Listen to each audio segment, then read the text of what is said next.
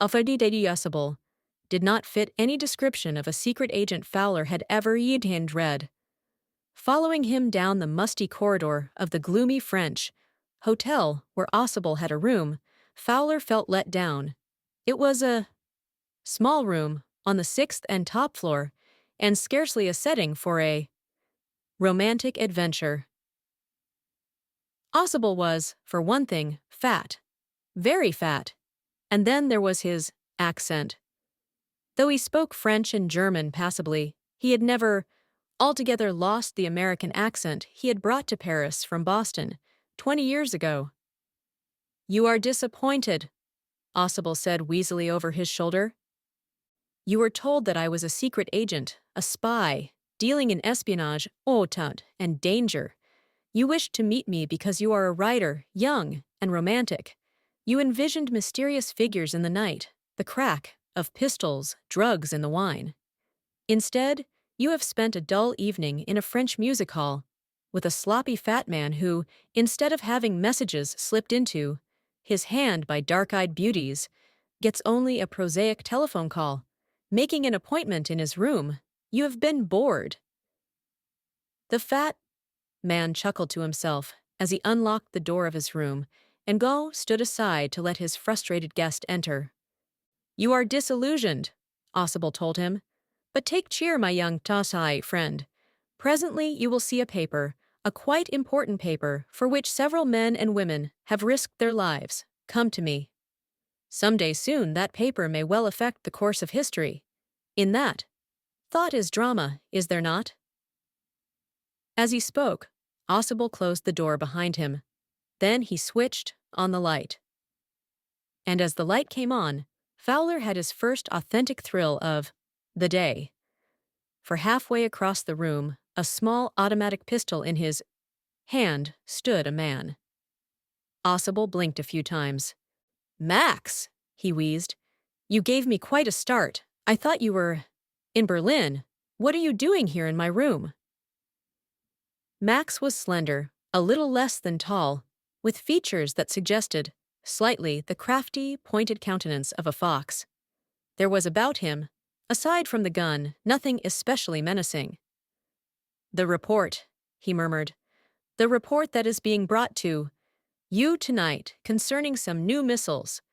I thought I would take it from you. It will be safer in my hands than in yours." Ossibel moved to an armchair and sat down heavily. "I'm going to raise the devil with the management this time, and you can bet on it," he said grimly. "This is the second time in a month that somebody has, got into my room through that nuisance of a balcony." Fowler's eyes went to the single window of the room.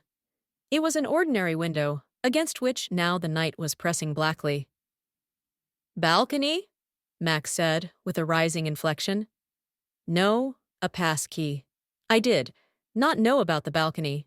It might have saved me some trouble, had I known."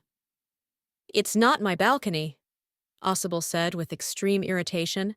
"It belongs to the next apartment." He glanced explanatorily at Fowler. "You see," he said, "this room used to be the part of a large unit, and the next room. Through that door, there used to be the living room. It had the balcony, which extends under my window now. You can get onto it from the empty room 2 doors down, and somebody did, last month. The, management promised to block it off, but they haven't." Max glanced at Fowler, who was standing stiffly not far from Ossibel, and waved the gun with a commanding gesture. "Please sit down," he said. "We have a wait of half an hour, I think." 31 minutes, Ossibel said moodily. "The appointment was for 12:30. I wish I knew how you learned about the report, Max." The little spy smiled evilly. "And we wish we knew how your people got the report. But no harm has been done. I will get it back tonight." "What is that? Who is at the door?" Fowler jumped at the sudden knocking at the door. Ossibel just smiled. "That will be the police," he said. "I thought that such an important paper as the one we are waiting for should have a little extra protection. I told them to check on me to make sure everything was all right." Max bit his lip nervously. The knocking was repeated. "What will you do now, Max?" Ossible asked. "If I do not answer the door, they will enter anyway. The door is unlocked, and they will not hesitate to shoot." Max's face was black with anger as he backed swiftly towards the deeded window. He swung a leg over the sill. "Send them away," he warned. "Again, we'll wait on the balcony. Send them away or I'll shoot and take my chances." The knocking at the door became louder and a voice was raised. "Mr. Ossible, Mr. Ossible," keeping his body twisted so that his gun still covered the fat man, and his guest, the man at the window, grasped the frame with his free hand to support himself. Then he swung his other leg up and over the windowsill. The doorknob turned. Swiftly, Max pushed with his left hand to free himself from the sill and dropped to the balcony. And then, as he dropped, he screamed once, shrilly.